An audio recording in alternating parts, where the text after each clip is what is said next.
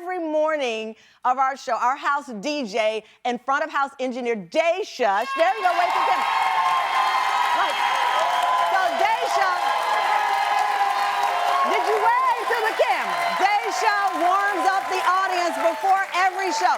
So before every show, if you've never been to our show, before the show, commercial breaks, she hits the music, and then we have, yes she does, we have these epic Tam Fam dance battles between audience members.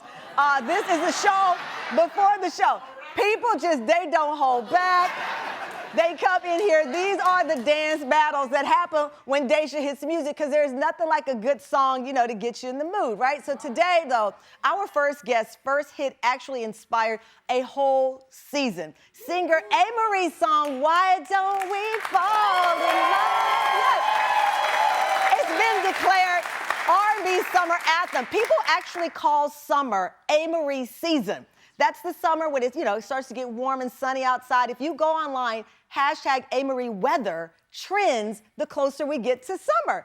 You actually learn things on this show.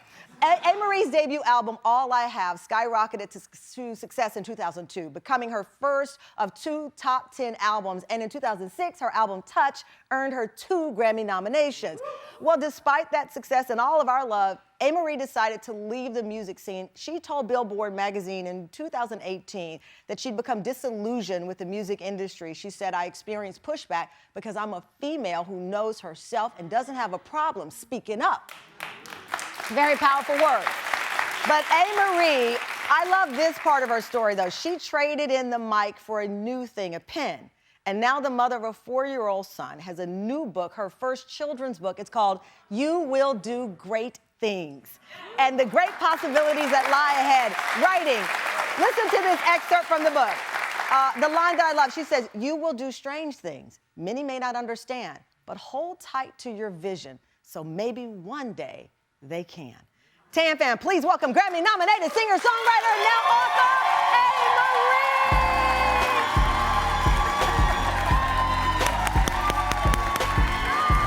Oh my God, congratulations! I'm so happy for you. Congratulations! Oh my gosh! So much to talk about, so much. I gotta start. Congratulations on You Will Do Great Things. You majored in English? Yes, I was an English major. You were an English major, but you diverted for a few successful times to go into music, which I don't know if there's a love or a passion. How did you transition from that world of wanting to be a writer, essentially, to music? Well, reading and writing was my first love. So when I was a kid, you know, people would always say, like, what's your favorite hobby? I'm sorry, I was distracted by those fabulous shoes.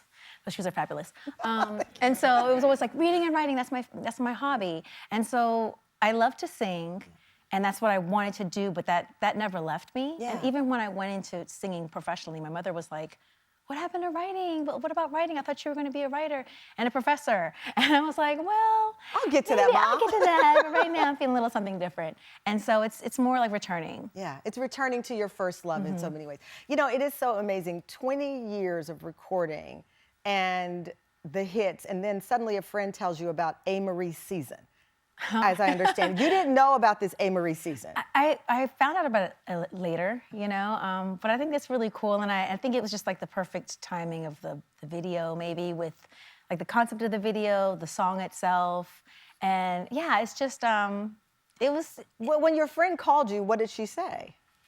I think it was just like, do you know that there's this thing, Amerie season? And I'm like, wait, what? And then it was explained, and then of course with social media and the hashtags, I was like, oh, so it's nice. It's nice to feel like you connect, and something that you've done connects with people. I mean, the song is still, one of the most beautiful songs. But, you know, it really is. We were playing it before the commercial break.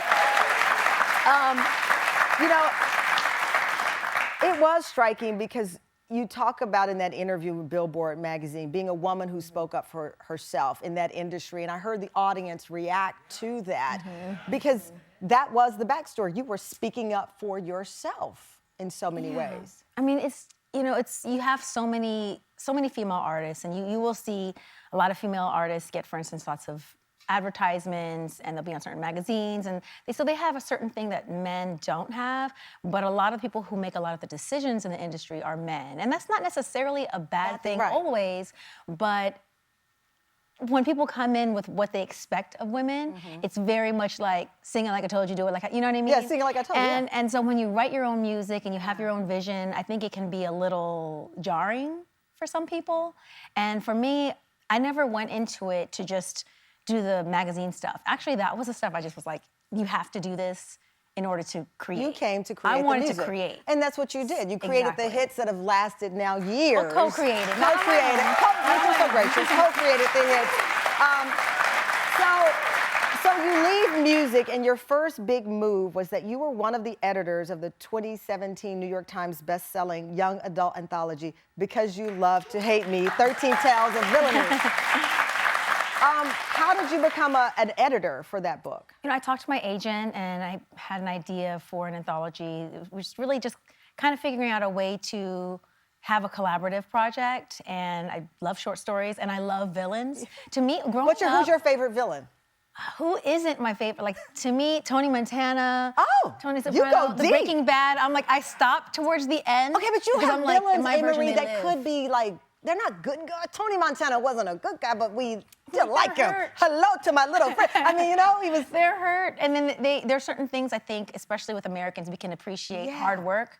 And people may be misguided, but we appreciate that. And I think that's the great thing about villains is that no matter what you watch, no matter what story you're looking at, you always know what the villain wants. And there's a good villain will have something that makes sense. Oh. Even if they're going about it the wrong way. Okay, I like that. Right? I like that. So you got involved in this anthology. Now here you are, fast forward, you go from dissecting villainy to becoming a hero to parents, because this book is phenomenal. It is adorable. It's inspired by your son, River, who's how old is he? He's 4 4 now. years old. Look at River. He served That's as my baby. inspiration. I want to read one of the excerpts from the book that I read it again this morning and it sent me to tears, so let me get my tissues right now. Okay. He said, in the book, one of the lines, you will travel far and wide. You may get lost out there. You might not know what's up or down, but be still, be aware. Listen for that teeny voice that always is inside. It will help you find your way.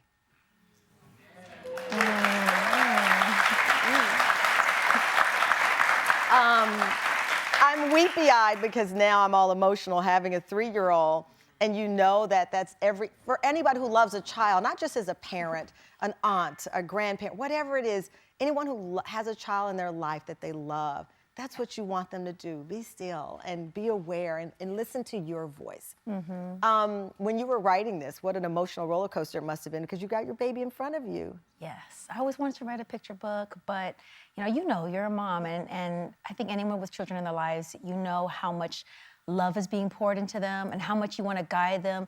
You don't want to weigh them down with your own baggage. Yeah. You want them to be hopeful, but you don't want them to be unprepared for what's out there.